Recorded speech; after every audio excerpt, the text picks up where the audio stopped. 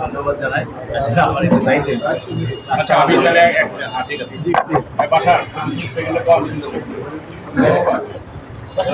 যেহেতু আচ্ছা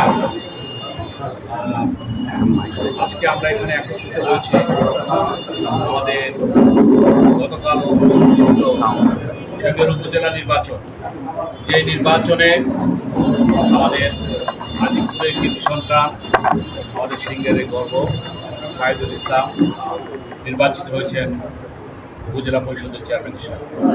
আমি আমার ব্যক্তিগত পক্ষ থেকে পার্টির পক্ষ থেকে তাকে অভিনন্দিত করতে চাই।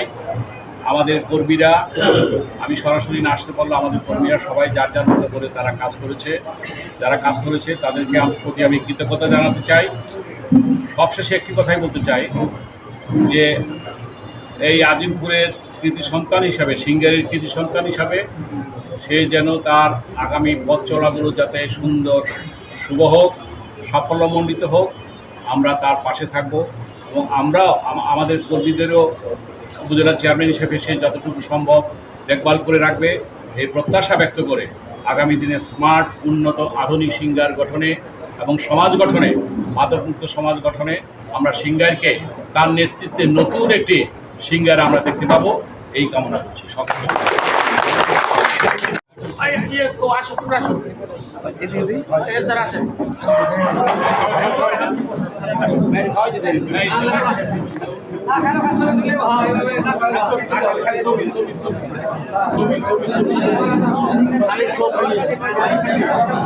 ওকে